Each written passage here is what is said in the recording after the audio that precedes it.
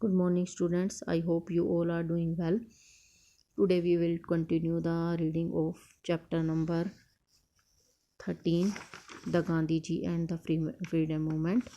In previous lecture, we have read about the non-cooperation movement led by Gandhiji. So let's continue. Today we will read about the Simon Commission. The British government was now alarmed that the freedom movement was growing stronger everyday कि British government को अब ये पता चल गया कि freedom movement क्या होता जा रहा है, दिन प्रतिदिन स्ट्रोंग होता जा रहा है. इन 1927 it was sent 7 members team called Simon Commission to study the situation in India. इसीलिए उन्होंने 1927 में एक 7 मेंबर्स की टीम भेजी जिसे साइमन कमीशन कहा गया to study the situation in India की स्थिति का पता लगाने के लिए. The Indians were angry that the commission to decide the fate of Indian did not include a single Indian member. Indians इससे क्या हो गए, बहुत क्रोधित हो गए. क्यों क्रोधित हो गए? क्योंकि इसमें कोई भी इंडियन मेंबर को इंक्लूड नहीं किया गया था, क्योंकि उसमें कोई भी एक मेंबर भी क्या नहीं था, इंडियन नहीं था. The people protested with black flags and shouted slogan like Simon go back. लोगों ने इसका बहुत विरोध किया, काले झंडों के साथ इसका विरोध किया और चिल्ला कर एक नारा बोलते रहे कि साइमन कमीशन वापस जाओ. Lala Lajpat Rai was Gravely injured in लाठी charge at the protesters and a few days later succumbed to the injuries. कि लाला लाजपत राय क्या थे, जो रेवोल्यूशनरी थे, हमने नाम पढ़ा था ऊपर कि वो क्या है, लाठी चार्ज में उनके विरोध कर रहे थे साइमन कमीशन का, उसमें उन पर लाठी चार्ज किया गया और वो बहुत बुरी तरह से घायल हो गए. और कुछ दिन के बाद वो उन्होंने क्या कर दिया, स्कम्बन टू हिज इंजरीज, कि उन्होंने अपनी घायल अवस्था में उन्होंने दम तोड़ दिया, अर्थात वो डेड हो गए, एक्सपायर हो गए. सिविल डिसोबीडिएंट मूवमेंट, सविनय अवज्ञा आंदोलन. The effort of Simon commission got about it ultimately. अंत में क्या हुआ, जो साइमन कमीशन के जो एफर्ट थे वो क्या हो गए, असफल हो गए. The government challenged the Indian National Congress to form a constitution which could be accepted by all group of Indians. Government ने क्या किया, इंडियन नेशनल कांग्रेस को चैलेंज किया कि वो एक ऐसा कॉन्स्टिट्यूशन बनाए जिसे सब इंडियंस क्या कर सके, एक्सेप्ट कर सके, स्वीकार कर सके. The challenge was taken by the nationalist who made a committee. ये चैलेंज एक्सेप्ट कर लिया गया नेशनलिस्ट के द्वारा और उन्होंने एक कमेटी बनाई हेडेड बाय मोतीलाल नेहरू, जिसके हेड थे Motilal Nehru. For this purpose, किसके लिए, इस कॉन्स्टिट्यूशन बनाने के लिए. ए draft constitution was formed but the government rejected it. एक ड्राफ्ट बनाया गया कॉन्स्टिट्यूशन का, परंतु वो ब्रिटिश सरकार को पसंद नहीं आया और उसे रिजेक्ट कर दिया गया. The government then decided to get complete independence from the British in Lahore session. तब कांग्रेस ने डिसाइड किया कि हमें क्या है, अब पूर्ण स्वतंत्रता चाहिए. उन्होंने लाहौर सेशन में ये डिसाइड किया. The Congress decided to celebrate the Independence Day on 26 January 1930. Congress ने यह डिसाइड किया कि 26 जनवरी 1930 को हम क्या बनाएंगे, स्वतंत्रता दिवस मनाएंगे. And raise his own flag, और अपना झंडा फहराएंगे. It was also decided to launch a new movement under the leadership of Mahatma Gandhi. एक और बात भी डिसाइड की गई कि एक नया आंदोलन चलाया जाएगा, किसकी लीडरशिप के अंडर, महात्मा गांधी की लीडरशिप के अंदर. This movement came to be known as this civil disobedient movement. इस जो आंदोलन को क्या नाम दिया गया, सिविल डिसोबीडिएंट मूवमेंट नाम दिया गया, मतलब सविनय अवज्ञा आंदोलन.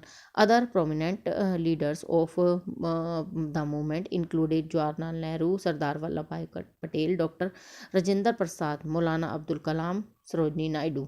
यह प्रोमिनेंट होता है प्रसिद्ध. और जो इस मूवमेंट में जो प्रसिद्ध नेता शामिल थे उनके नाम हैं जवाहरलाल नेहरू, सरदार वल्लभ भाई पटेल, राजेंद्र प्रसाद, मौलाना अब्दुल कलाम और Sarojini Naidu. The movement began with the Dandi march in March 1930. 1930 में दांडी मार्च से यह आंदोलन क्या किया गया, शुरू किया गया. The government had a monopoly on the complete control of the manufacturing of salt. Government को क्या क्या था, एकाधिकार था। ब्रिटिश सरकार का क्या था, एक पूरा एकाधिकार था किसके ऊपर, नमक के को बनाने के ऊपर, कि नमक वो उन पर का ही अधिकार था कि वो सिर्फ नमक बना सकते थे। Indians were not permitted to collect salt from the sea. Indians को, कोई भी भारतीयों को समुंदर में नमक बनाने का कोई भी अधिकार प्राप्त नहीं था। Rather they had to purchase it from the British at high prices. जबकि उनको क्या करना पड़ता था, नमक को बहुत महंगे दामों में ब्रिटिश सरकार से खरीदना पड़ता था। Gandhi ji decided to defy this law. Gandhi ji ने इस कानून की क्या की, अवहेलना की, मानने से मना किया। Gandhi ji led a movement to produce salt without paying the tax. Gandhi ji ने एक ऐसा मूवमेंट चलाया जिसमें उन्होंने कहा कि हम नमक बनाएंगे विदाउट पेइंग टैक्स, और हम कोई टैक्स नहीं देंगे। He organize the salt satyagraha march. उन्होंने साल्ट सत्याग्रह मार्च का आयोजन किया, properly known as Dandi march. उसे डांडी मार्च के नाम से बुलाया गया। We started from the Sabarmati in Ahmedabad. जो साबरमती में अहमदाबाद से क्या किया गया, स्टार्ट किया गया। साबरमती आश्रम अहमदाबाद से इसको स्टार्ट किया गया। Gandhi ji and his follower walked Gandhi ji and his flower walked 320 kilometres in 24 days. 24 days में 320 किलोमीटर तक वो पैदल चलते रहे, गांधी जी और उसके जो फ्लावर्स थे। Finally picking up a lump of sea salt from the Arabian sea. और उन्होंने फिर अंत में एक समुंदर से एक नमक की गांठ उठाकर उस नमक कानून को तोड़ दिया। This was in open defence of the British law. ये क्या था, एक तरह से ब्रिटिश कानून का पूरी तरह से ओपनली क्या था, उनकी अवज्ञा करना था। Lack of people join this movement. लाखों की संख्या में इस मूवमेंट को लोगों ने ज्वाइन किया। Pheasant, landlord, student, professionals, women and other children join this movement. सब ने इस मूवमेंट को, किसानों ने, लैंडलॉर्ड्स ने, स्टूडेंट्स ने इस मूवमेंट को क्या किया, इसमें ज्वाइन हो गए। They all डिफाइड law at different levels in different parts of the country. उन्होंने हर डिफरेंट पार्ट्स में, भारत के कई जगहों पर कई कानूनों का क्या किया, उल्लंघन किया। Following the steps of Gandhi ji many people broke the salt law at various places among the coast of the सी।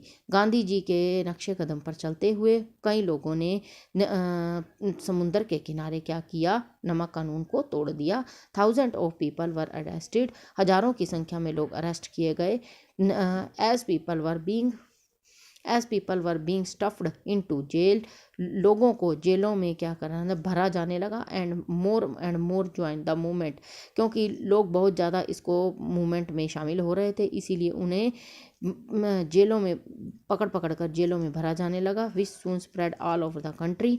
ये सारी कंट्री में जल्दी ही फैल गया। The movement continue till 1934। ये मूवमेंट 1934 तक चलता रहा। In the mean time to Gandhi ji was twice invited to attend the round Golmit conference which bore no fruits to Gandhi ji and other leaders were also arrested। इसके बाद गांधी जी को 2 बार round table conference अर्थात गोल मेज सभा में क्या किया गया, इनवाइट किया गया, परंतु इससे कोई इंडियंस को कोई फ़ायदा नहीं हुआ और गांधी जी और दूसरे लीडर्स को भी अरेस्ट कर लिया गया। The British try to tone down the nationalist favor by introducing certain changes through the Government of Indian Act 1935। British ने, अंग्रेज़ों ने क्या किया, 1935 में एक कानून के जरिए कई चेंजेस किए जिससे उनकी नेशनलिस्ट की फेवर में, कि मतलब इंडियंस की फेवर में कुछ उन्होंने चेंजेस किए। But Indians were remained unsatisfied. परंतु जो इंडियंस थे वो क्या थे, असंतुष्ट थे। They now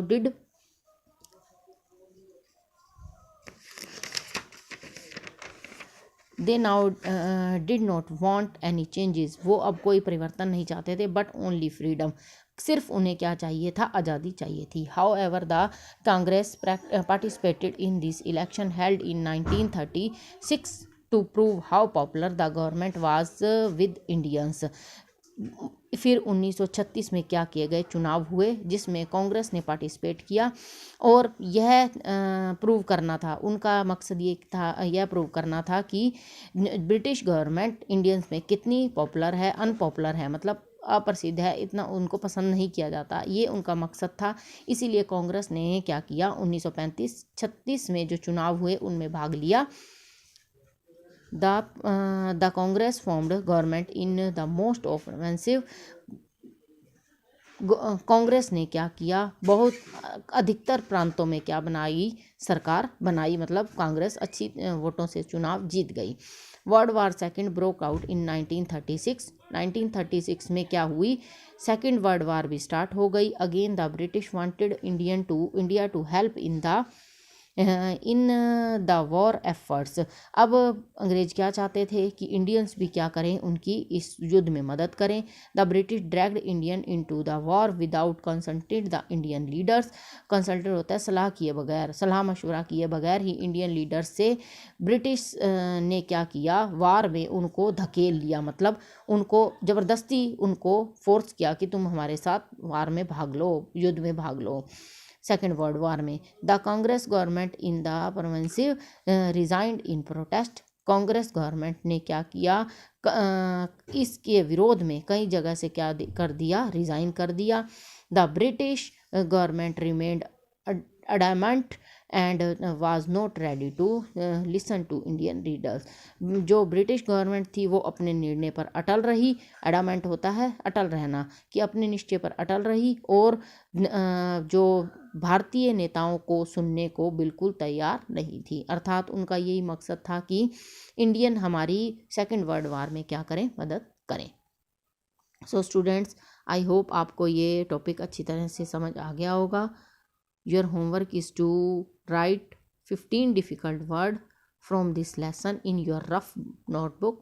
Thank you and have a nice day.